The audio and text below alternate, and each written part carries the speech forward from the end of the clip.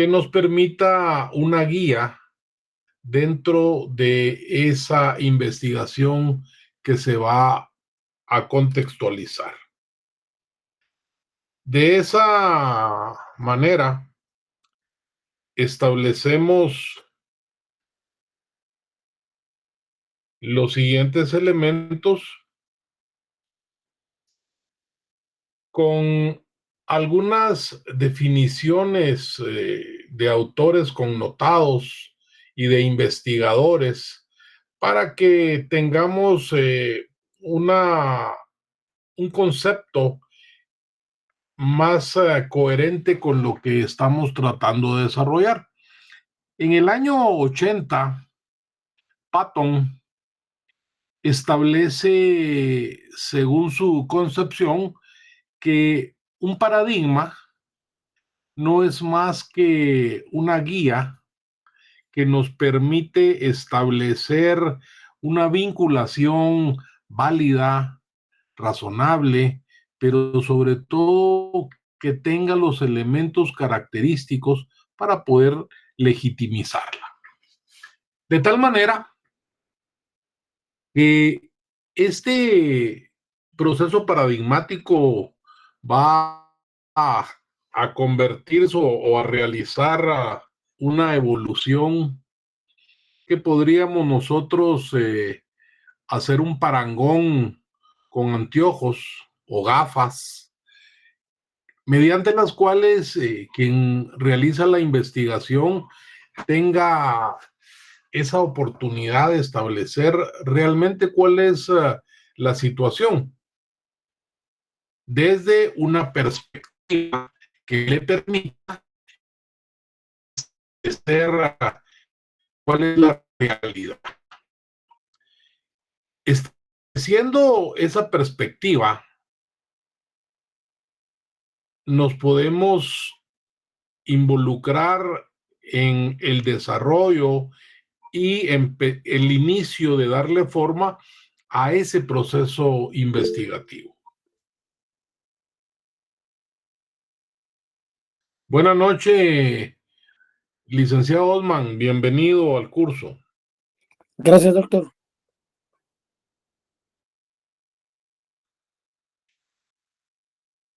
De tal forma entonces que existen también otros autores como Kuhn en el año 1962. Él establece que en su conceptualización un paradigma no es más que un conjunto de suposiciones que mantienen uniones, vínculos, interrelaciones para que se pueda tener una interpretación de un todo.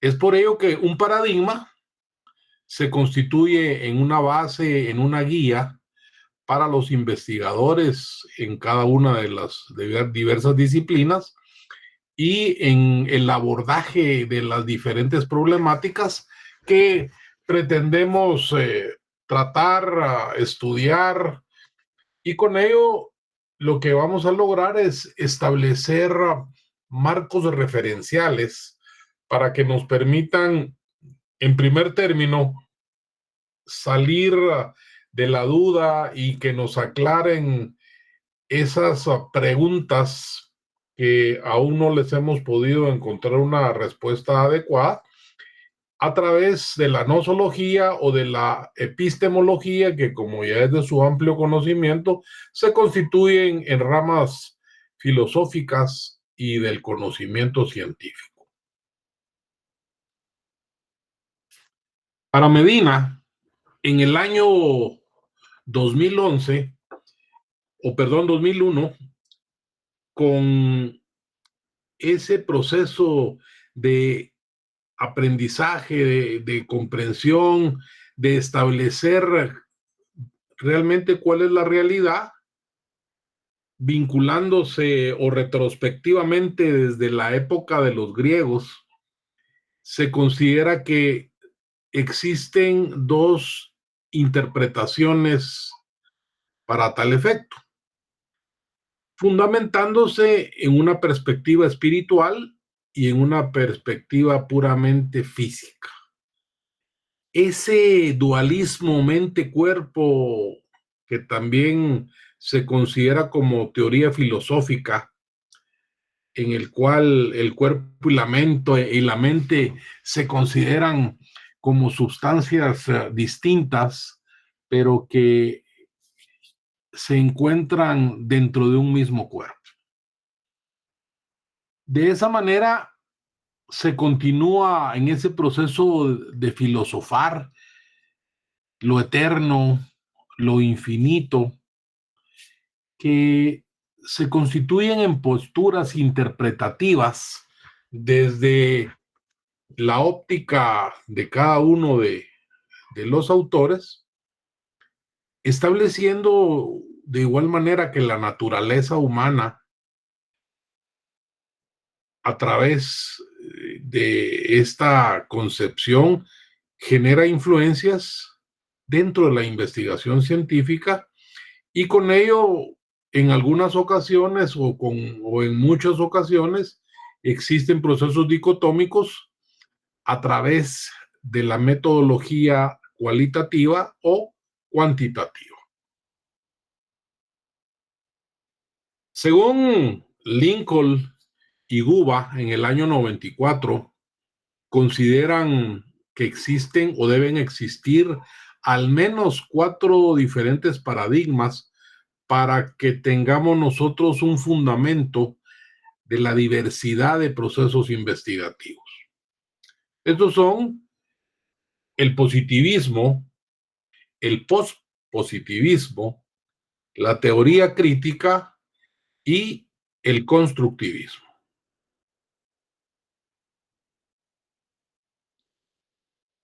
Esto significa que ustedes y los investigadores que existen alrededor del mundo puedan posicionarse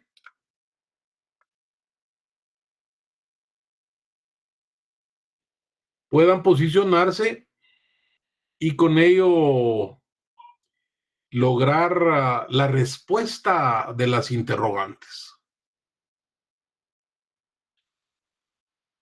En primer término, podríamos nosotros establecer un tipo de pregunta ontológica que nos establezca la forma y la naturaleza de la realidad. Evidentemente hay muchas formas de respuesta en función del abordaje que cada uno de nosotros pudiese establecer, si lo va a tomar de forma particular la naturaleza y la realidad, o bien lo considera como un conjunto de naturaleza y realidad. La naturaleza es real, pero no quiere decir que la realidad solo sea natural. Y entonces ahí empezamos también con otros aspectos filosóficos que continúan en ese proceso de la investigación en cuanto a la pregunta de carácter ontológica.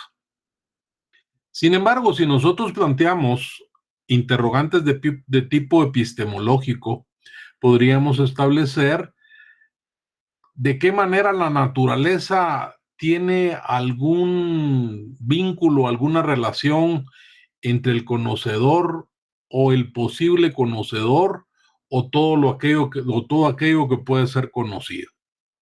Evidentemente, dentro de la naturaleza, aún tengamos la profesión de agrónomos, es difícil poder conocer todo lo que está en el entorno natural. Y como tercer aspecto, abordamos una interrogante metodológica mediante la cual el investigador puede descubrir aquello que él cree que puede ser conocido. Si ustedes ven a simple vista, sin un análisis filosófico y sin un análisis profundo epistemológico, La pregunta metodológica es la que nos parece más congruente porque es la temática que podemos manejar con mayor facilidad y en la cual tenemos un mayor conocimiento, excepto que dentro de ustedes, pues, hubiese un filósofo o bien un estudioso de la epistemología. ¿Vamos claros hasta aquí, compañeros? ¿Alguna pregunta? ¿Algo que no tengan suficientemente definido?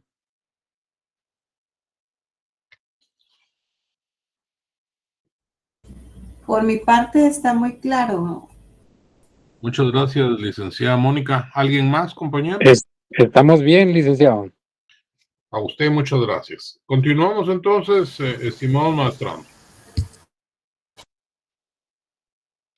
El positivismo tiene diversos enfoques, diversos análisis, entre los cuales pues mencionaremos a Fernández, a Baptista, a Hernández, que establecieron en el año 2010 algunos aspectos.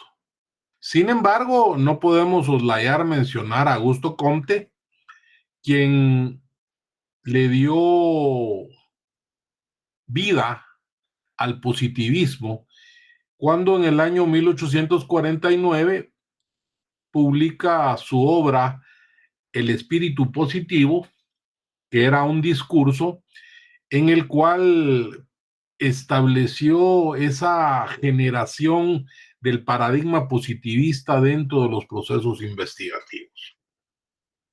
Según Ricoy, en el año 2006, establece que el paradigma positivista se puede calificar como cuantitativo, racionalista, sistemático de tipo gerencial o bien empírico analítico, y también lo conceptualiza como un proceso científico tecnológico. Sin embargo, el paradigma positivista se sustenta evidentemente en la investigación. Su objetivo, la comprobación de la hipótesis planteada por medio de tablas matemáticas y estadísticas para poder establecer paramétricamente cómo determinamos las variables a través de las expresiones numerológicas. El positivismo permite ese inicio de un modelo de investigación de ciencias físicas, naturales, y posteriormente también vio un campo muy fértil dentro de las ciencias sociales, según Ricoy en el año 2006. Este proceso de intervención del positivismo generó aspectos dentro del entretejido social derivado de esa metodología del conocimiento que se fundamenta en el análisis de los datos, que nos permiten, pues, las ciencias exactas como la matemática, la estadística, y aunado a ello, este proceso paradigmático se puede aplicar a métodos de las ciencias como la medicina, como la biología, como la física, que son o que forman parte de las ciencias sociales. Aunado a ello, se considera que pueden ser los indicadores para que nos permitan una consideración en cuanto a una ciencia o bien que se vincule a una ciencia social. Dentro del positivismo debemos mencionar a las ciencias exactas, pues a estas se les considera como el origen del paradigma. Esto significa que la validez se puede obtener a través de la investigación y para ello lo parangonean a través del establecimiento de los átomos, de las moléculas, de la alineación de los planetas y de los entes invertebrados. Dentro de este contexto debemos mencionar en el ámbito social y comportamental, se constituye en un proceso esquemático que nos permite el análisis de patrones conductuales dentro de los seres humanos. Sin tener como un elemento importante la cronología de cada uno de los elementos que están participando o que se están investigando. Lo que sí desarrollan es que se deben establecer la causalidad en los trastornos mentales en la raza humana sin excepción. Esto lo dijo o lo estableció en un estudio Creswell, pero él se fundamentó en el deterioro que evidentemente sufrimos los seres humanos y con ello podemos generar una demencia senil, un Alzheimer y algún otro tipo de demencias que no exclusivamente significan un deterioro cognitivo y volitivo. Sin embargo, Creswell, dentro del estudio que realizó, pudo establecer esquemas en cuanto a diferentes patrones que tenían o que tenemos los humanos en el deterioro cronológico natural que sufrimos todos, y a eso se debe que él estableció que puede ser un proceso dentro del positivismo social o de origen comportamental. Dentro de este mismo orden de ideas, el positivismo se afirma en relaciones, sobre todo de ubicación de los investigadores, al establecer los diversos paradigmas y generar con ello la respuesta a las interrogantes que previamente se han planteado durante el desarrollo de la investigación. Se considera que debemos responder a las interrogantes a través de generar una postura positivista, teniendo como un concepto primordial el desarrollo de las preguntas ontológicas. Sin embargo, para el positivismo, la verdad absoluta es aprehensible por los seres humanos, ya que está normada por leyes y fundamentalmente por los mecanismos naturales. Desde este concepto paradigmático podemos establecer diversos factores que se encuentran en el derredor de los fenómenos que estamos estudiando y encontrar esa multicausalidad de los mediadores y de los moderadores, según establece en los estudios que realizó Feil en el año 2009.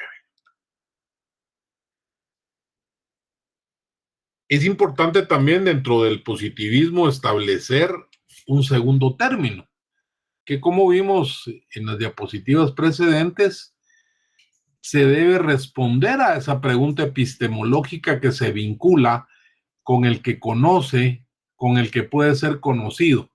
Dentro de este aspecto positivista,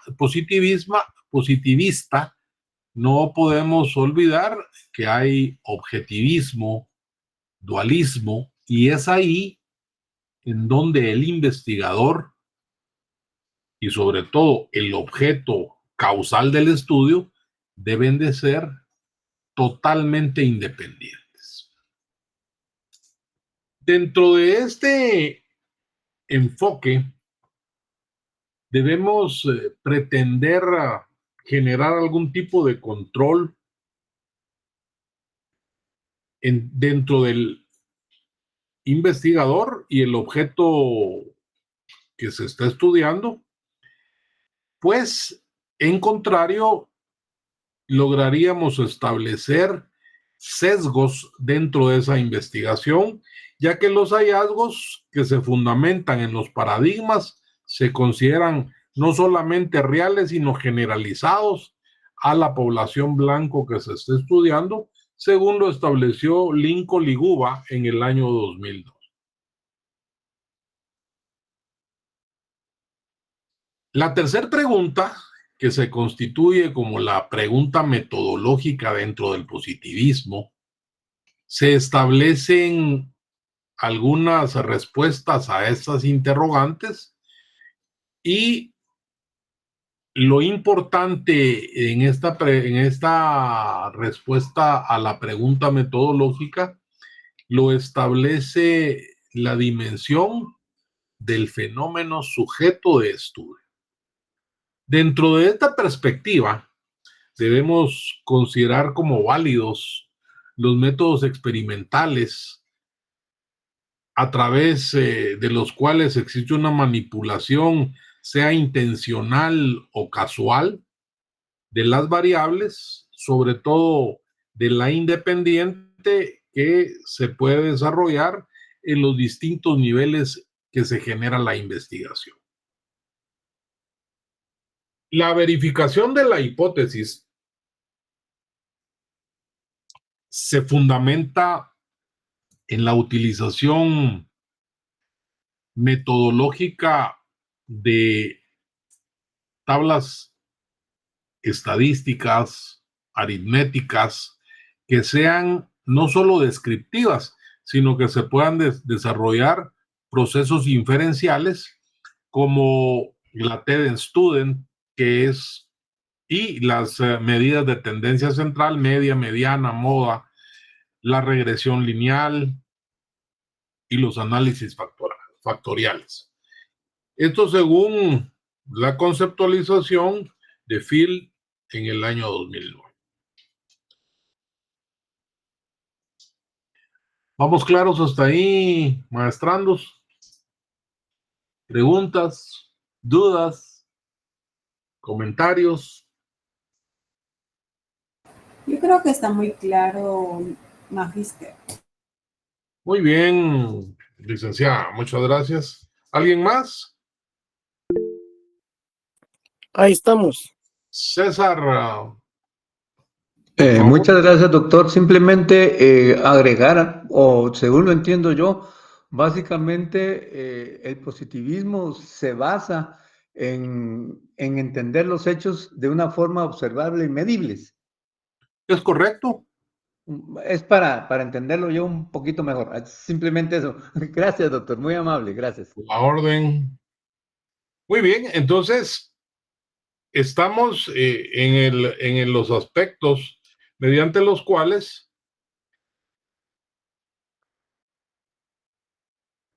podemos establecer una sinopsis o una recapitulación del positivismo a través de el paradigma científico-filosófico. Y recordemos que pues surgió en en el siglo XIX, y su principal precursor, impulsor y generador fue Auguste Comte, fundamentándose en un concepto del conocimiento auténtico que en ese momento él le generó una validez a través de la experiencia empírica, como decía el licenciado, a través de la utilización de nuestros órganos de los sentidos, la observación que se genera o que es sinónimo de la investigación empírica, tuvo mucho que ver dentro de este aspecto, y por eso se fundamentaba sobre todo Comte en los aspectos de las ciencias naturales. Este aspecto del positivismo tuvo una influencia en diversas ciencias, disciplinas, ya que se consideraba un fundamento primordial dentro de los aspectos investigativos científicos de esa época contemporánea. Existen evidentemente características importantes dentro del positivismo. Debemos mencionar el empirismo, cuya afirmación respecto al conocimiento se obtiene de una manera simple a través de observar y experimentar. La ciencia. La ciencia, por supuesto que es enfática, pero en la aplicación de la metodología científica que nos permite generar investigaciones de cualquier tipo fenomenológico y con ello, evidentemente, generar un conocimiento diferente. Debemos, dentro de estas características del positivismo, considerar que la objetividad se fundamenta en buscar esa neutralidad o imparcialidad que debe de generar toda la investigación científica. Y el progreso no es más que sensibilizar a las personas que están desarrollando una investigación en cuanto que la ciencia y la sociedad van a ir teniendo progresos evidentes, prontos y oportunos únicamente a través del conocimiento científico. Es por ello que el positivismo se considera una corriente filosófica o filosófico-metodológica que establece una reacción al positivismo, fundamentalmente en todos los aspectos de las ciencias sociales. De esa cuenta, el pospositivismo reconoce sus limitaciones, pero mantiene una óptica reflexiva en cuanto al conocimiento y los procesos de la investigación científica. De tal manera que el pospositivismo genera características muy importantes, como es la crítica del positivismo. Esta crítica se fundamenta en el conocimiento científico, que es objetivo, que es libre de valores, en el cual establece que los investigadores, durante el desarrollo de un proceso investigativo, podemos tener sesgos que de alguna forma van a influenciar el resultado de la investigación. Es por ello que el conocimiento científico se fundamenta en las ciencias exactas a través de la matemática, de la estadística y de todos los procesos que con él se pueden desarrollar, de las regresiones lineales, para establecer la realidad de los resultados que se obtuvieron al generar la investigación. Es importante también mencionar el realismo crítico, ya que el positivismo establecía que era una realidad que se podía observar y que se podía cuantificar. Sin embargo, el pospositivismo genera una situación postural de un realismo crítico que permite establecer que la realidad existe, sin importar nuestras percepciones, sin nuestro conocimiento, ya que todo el conocimiento científico no es absoluto y siempre, siempre, siempre es sujeto a revisión. Y que alguien más, en su experiencia, pueda contradecir nuestras conclusiones y resultados. Ese es el juego más importante del conocimiento científico. El falsocianismo. Karl Popper es un positivista que establece la importancia de la falsación en lugar de verificar. Los positivistas establecen que la teoría científica imprescindiblemente debe ser sujeta de pruebas rigurosas, pues de antemano las consideran como falseables. Es decir, tienen una susceptibilidad de refutarse por otro tipo de evidencia.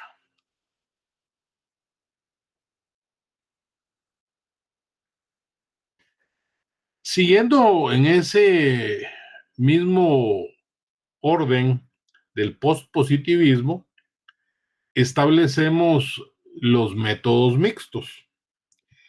Estos se fundamentan en aspectos metodológicos cuantitativos, en la medición empírica, y es el pospositivismo el que permite reconocer esa validez que tiene la metodología mixta de los métodos cuantitativos y cualitativos para lograr una mejor, no solo comprensión, sino aprendizaje de la fenomenología que estamos investigando.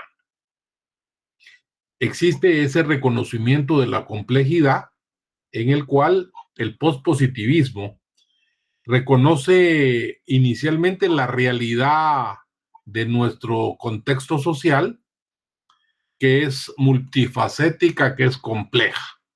De esa manera, quienes generaron investigaciones durante esa época postpositivista fueron más holísticos y consideraban un número mayor de variables en función del análisis que estaban desarrollando.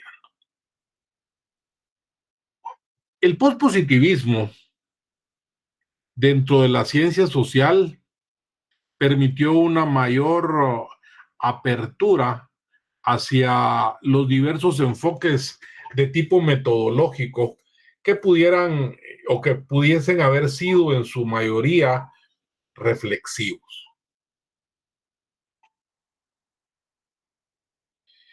En cuanto a la teoría crítica, perdón, antes que esto, ¿estamos claros hasta ahí, compañeros? ¿Alguna duda? Sí, doctor, gracias. Sí, estamos bien. Está todo claro, doctor. Muy bien, gracias, colegas. Como les mencionaba entonces, la teoría crítica, su enfoque es filosófico-sociológico. Su fin, cambiar y criticar a nuestro entretejido social, en vez o en lugar de únicamente tratar de entenderla. Esta teoría crítica nació a la vida en Frankfurt en el año 1930 con pensadores como Theodor Adorno y Herbert Marcuse, además de Horkheimer, quienes fueron los precursores de esta escuela crítica. En ese contexto, en ese orden de ideas, generaron ideas fundamentales para la teoría, entre las cuales mencionamos la crítica a la cultura y a la sociedad, el análisis estructural, social e intercultural, que permitió que se continuasen los procesos de desigualdad, de inequidad, de opresión, como lo vemos hasta hoy día. Sin embargo, la ideología del poder nos permite establecer las ideologías dominantes, que son aquellas que mantienen el poder hegemónico. Dentro de esta teoría crítica, debemos mencionar la emancipación, que consiste en la liberación de personajes de estructuras opresivas. La interdisciplinaridad. Aquí hay un mix en aspectos filosóficos, sociológicos, económicos y psicológicos, y en algunos otros campos que hacen que la interdisciplinaridad sea vasta y sea muy enriquecedora en cuanto al contexto investigativo y, por supuesto, de la investigación científica.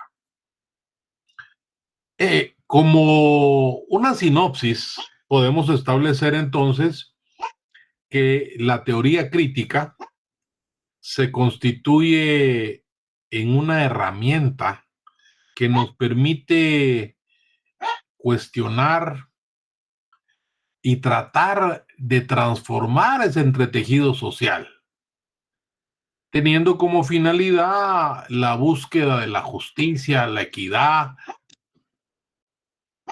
dentro de los seres humanos.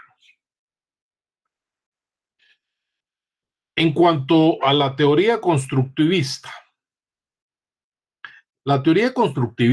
o que también se le denomina constructivismo, es un enfoque puramente pedagógico, mediante el cual establece que los estudiantes pueden ser autodidactas y construir su propio conocimiento y comprensión a través de sus procesos reflexivos y de las diversas experiencias que pueden tener durante su proceso formativo.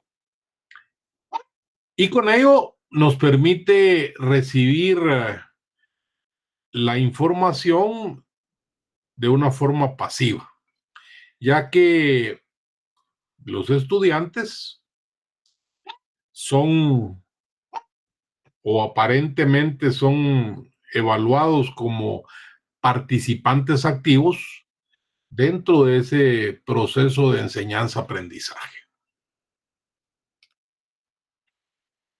Debemos mencionar también que existen principios fundamentales dentro del constructivismo,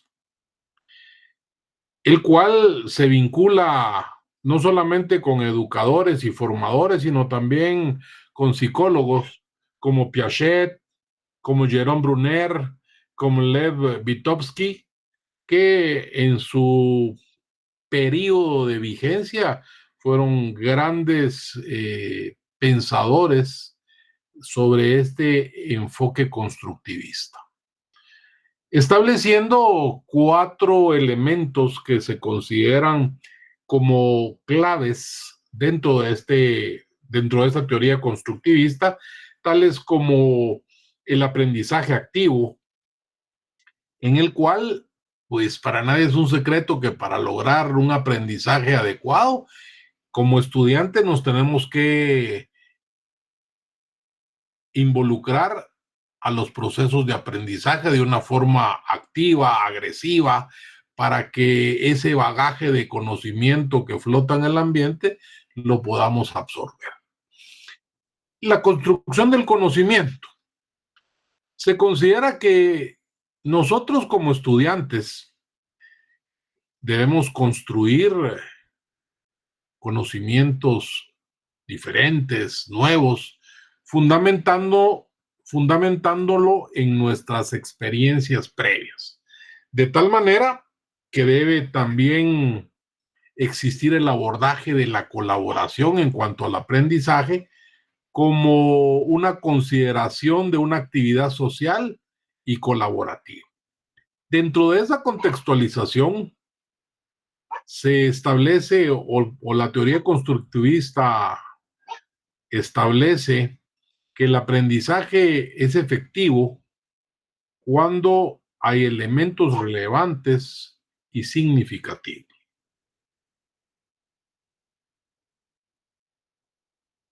Y con ello, compañeros, llegamos al final del abordaje de la temática de hoy, esperando en primer término que sea enriquecedora para su formación y experiencia académica, y en segundo término, pues, que esta haya sido de su agrado.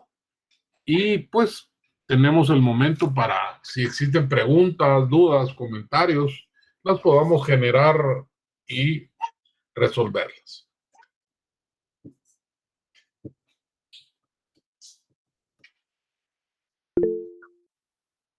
Sí, César. Muchas gracias, doctor. Básicamente, resumiendo a mi entender, prácticamente la metodología científica lo que es una rama, llamémosle así, de la filosofía, que nos ayuda siempre a cuestionar lo que damos por hecho, usando diferentes alternativas para lograr llegar a una realidad que va a ser temporal, mientras que volvamos u otra persona vuelva a analizar los mismos hechos de otra manera, con otras variables y con un conocimiento diferente, tanto en lo social como en lo científico, epistemológico, etcétera, cualquiera de los temas que estemos abordando. Es correcto, ya usted, compañero, construyó otra definición que es pues muy sencilla y válida. Y pues sí, efectivamente, lo que usted dijo es el resumen de las diferentes escuelas y de las diferentes características en función de la investigación científica, ¿es correcto? Ok, muchas gracias, doctor. Muchas gracias. A usted por su participación. ¿Alguien más, compañeros? Mónica, que está muy calladita. Perdone, es que estaba recibiendo una llamada de la garita pero no, a mí me queda muy claro todo esto de la teoría del pensamiento y todo esto es muy teórico también. Sí, la idea es que ustedes tengan una base teórica para que en el momento de la aplicación práctica, en el desarrollo de su trabajo, pues evidentemente no es al pie de la letra, como dijo César Antulio, sino que ustedes tienen que establecer los diferentes parámetros para el abordaje, siempre y cuando se fundamenten en lo establecido para ser considerada como una investigación científica y sujetos a que otra persona con otras variables plantee una hipótesis diferente y pueda generar esa discusión que es lo que se pretende cuando nos juntamos con académicos como ustedes y entonces uno logra establecer en ese bagaje y en ese fundamento enriquecedor de conocimientos y experiencias la verdad y la racionalidad en función de si dentro de mi investigación pude haber tenido algún sesgo o equivocado en algo que difiera de otras características que plantean situaciones muy similares al proceso que yo investigué. ¿Alguien más, estimados compañeros? Bueno, si no hay nadie más, entonces en un momento les hago llegar la presentación. Les deseo una excelente noche, un feliz provecho y nos vemos la próxima semana. Que estén muy bien. Primero Dios, doctor. Muchas gracias. Buenas noches, doctor. Bien. Muchas gracias. Compañeros.